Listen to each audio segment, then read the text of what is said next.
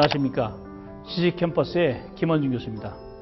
오늘은 논어 제7강 옛것을 통해 지식을 쌓아라, 온고지신과 인문정신으로 무장하라 라는 주제를 가지고 말씀드리도록 하겠습니다. 여러분, 요즘 인문학이 대세라고들 합니다. 고전을 통해 현실의 문제를 재단하는 열풍이 거세고, 또 동양 고전 명구 하나쯤 인용하면 뭔가 폼이 납니다. 왜 그럴까요? 공자는 스스로 늘 주나라를 따르겠다고 얘기했고요.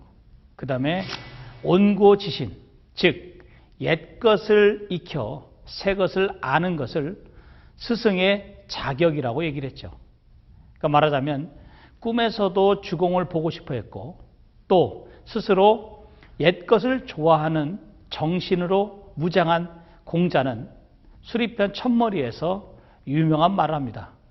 수리부작 신이호고, 서술하되 짓지는 않고 믿어서 옛것을 좋아한다. 바로 이 말이죠. 여기서 자기라는 말은 우리가 요즘 생각하는 창작, 저작의 개념입니다. 그러니까 말하자면 짓는다는 얘기죠. 근데 수리부작은 뭐냐면 서술하되, 그러니까 말하자면 옛 선현들이 얘기한 것을 내 나름대로 그냥 편찬해서 푸는 데 불과하지, 내가 나름대로 나의 사상을 적거나 나의 사상을 저술하는 이런 것은 안 하겠다라는 의미고요. 바로 그러한 것은 본인이 호고, 즉 옛것을 좋아한다는 말과 같이 연결됩니다. 특히 이 수리편 28장에서도 얘기하죠. 그렇다면 공자가 왜 수리부작 신이호고라는 말을 했을까요? 바로 이 말입니다. 아마도 알지 못하면서 창작하는 자가 있겠지만 나는 그런 적이 없다. 말하자면 제대로 알지 못하고 함부로 저작하는 것에 대해서는 나는 동의하지 않는다. 말하자면 적어도 스승이라고 한다면 미래에 펼쳐질 일을 정확하게 예측하고 그것을 파악해서 그것을 자신의 관점에 의거해서 서술할, 저술할 능력이 있어야만 된다는 거죠. 바로 공자가 생각한 수리부작 신이호고라는 이 명제는 온고지신, 즉 옛것을 익혀서 새것을 안다라고 하는 그 문제와 연장선에 있죠. 말하자면 공자가 그토록 꿈에 그리던 주공인 과거와 지금 그가 살고 있는 춘추세 때의 그 노나라의 그 현실을 함께 연결해서 그것을 파악하자는 의미가 되어 있는 거죠. 그래서 공자가 생각할 때 바로 아까 말씀드렸던 옛것을 익혀서 새것을 알면 스승이라고 할 만하다라고 하는 이 명제는 원래는요, 얘기 학기에도 나오죠. 배울 학자, 기록할 기자. 학기에서도 뭐라고 하냐면 암송을 위주로 한 배움으로는 스승이 되기는 부족하다라는 말이 있어요.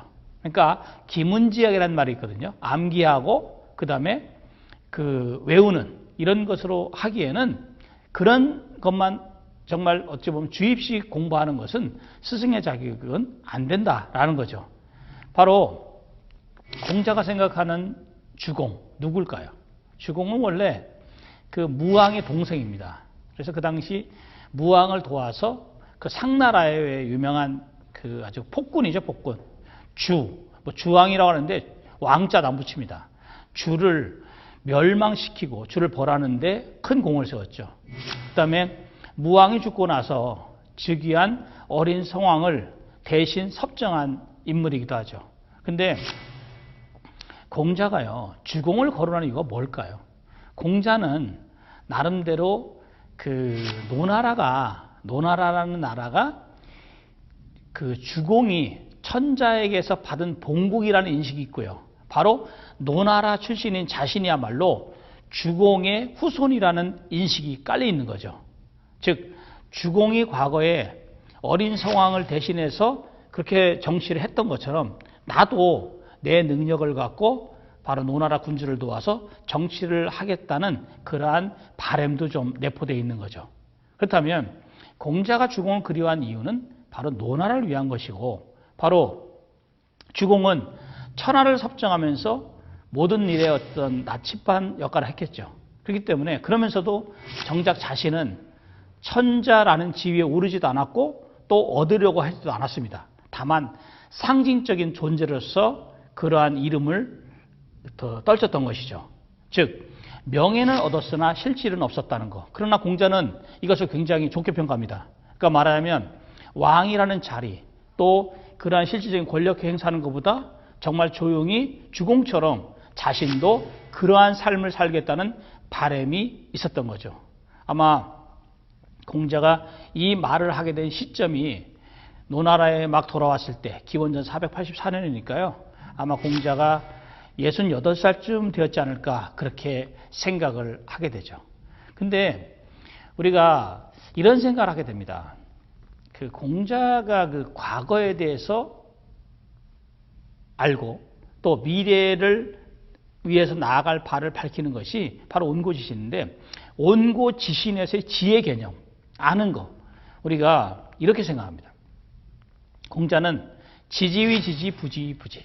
즉 아는 것을 안다고 하고 모르는 것을 모른다고 하는 것, 이것이야말로 진정한 알미다라고 위정편에서 얘기하고 있죠. 이게 공자가 그 당시 자로에게 한 말이거든요. 자로가 하도 덤벙대고 그 자기 나름대로 너무 지나치게 이렇게 나서니까, 야 너는 좀 알 때 아는 것을 안다고 하고 또 나설 때 나서라라는 의미가 있죠. 그러니까 허세 부리지 말고 솔직 담백한 자세, 이것이 바로 아는 것의 의미다. 그러니까 말하자면 공자가 얘기한 수리부작, 즉 저작을 하지 않겠다는 개념은 제대로 알지 못하는 허세를 부리는 그러한 마음을 가지고 저작을 하고 자기의 관점을 이야기하면 그것은 안 된다는 얘기가 내포되어 있고요. 이것은 공자가 그 8일편에서 그 이런 얘기를 해요.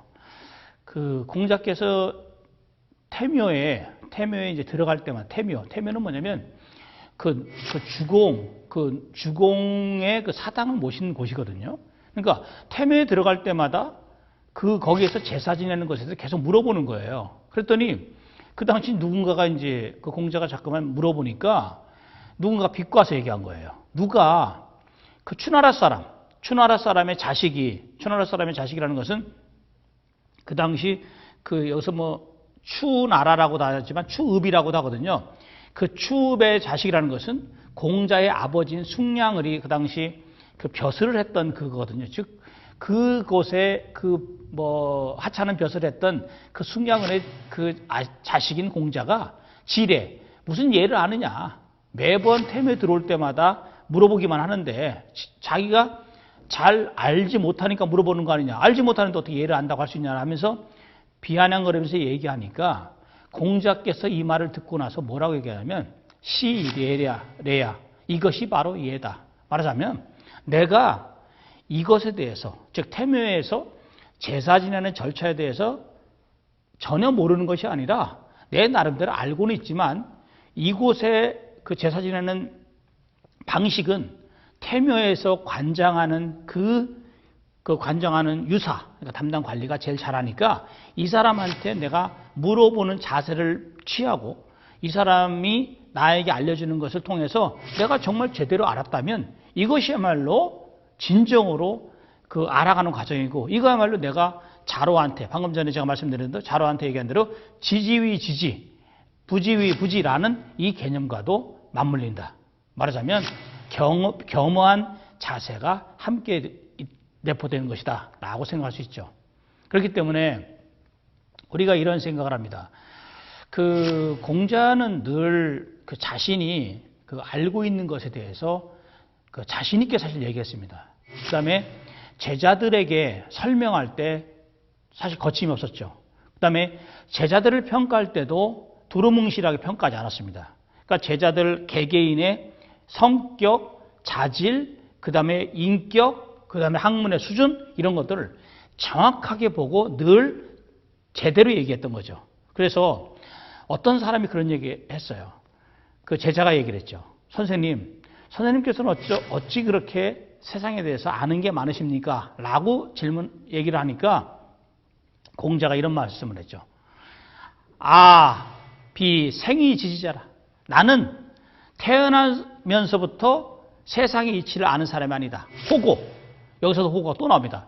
옛것을 좋아하고 민이구지자야라. 즉 민첩하게 부지런히 그것을 추구한 사람이다. 라고 얘기를 했죠. 이 말은 물론 공자는 겸허하게 얘기한 것 같죠. 얼핏 보면. 즉 태어나면서부터 세상의 이치를 아는 사람이 아니라고 얘기를 했고 자기는 그저 호고정신, 온고지신을 통해서 인문정신을 갖고 인문학을 한다. 정말 학자로서의 그런 모습을 보인다. 이런 얘기지만 가만히 뜯어보면 대단한 자부심이 엿보이는 그런 대목입니다. 왜 그럴까요? 바로 자기가 추구하는 호고, 즉 옛것을 추구하는 이 정신은 다른 군주라든지 다른 제후들, 그 다음에 그 주변에 있던 다른 어떤 학자들도 쉽게 추구하지 않았던 공자만의 학문 탐구 방법이었으니까요. 그러니까 여러분들께서도 이런 생각을 하실 겁니다. 우리가 논어를 공부를 하면서 또 그리고 그 춘추 전국시대 때 제자백가로 대변되는 논어를 비롯한 유가라든지 한비자, 손자병법, 그 다음에 관중의 이야기를 적은 관자라든지 이런 많은 제자백가들의 사상을 보면서 아니 지금부터 2000여 년 전에 있는 것을 왜 배워? 라는 생각을 할 수 있지만 그러나 가만히 생각해 보면 공자가 추구했었던 주나라의 그런 모습들이 그 당시에 하나의 지침이 됐듯이 지금 우리가 생각하는 많은 삶의 지침들 이런 것들이 그 논어를 비롯해서 또 한비자를 통해서 또는 손자병법을 통해서 지금까지 내려와서 우리의 어떤 정신의 자양분이 된다고 생각할 때 충분한 가치가 있을 거라는 생각을 하죠. 그렇기 때문에 우리가 정말 앞으로 지금 이런 생각도 하실 겁니다. 지금 4차 그 산업 시대고 늘 AI, 인공지능 이런 것이 되고 있는 그런 시점에서 왜 2500년 전으로 지식을 퇴보시키냐라는 말씀을 할 수도 있겠지만 그러나 분명한 사실은 우리가 옛것을 통하지 않고 현재는 없고 또 현재도 곧 지나고 나면 곧바로 또 옛것이 된다는 그런 사실. 말하자면 과거로부터 현재까지 내려오는 학문의 연속성, 그 다음에 지식의 연속성 속에서 우리가 인문정신으로 무장하고 또 온고지신이라는 말로 살아가다 보면 아마도 대단히 중요한 여러분들이 삶을 보는 통찰력이 생기지 않을까 그렇게 생각합니다.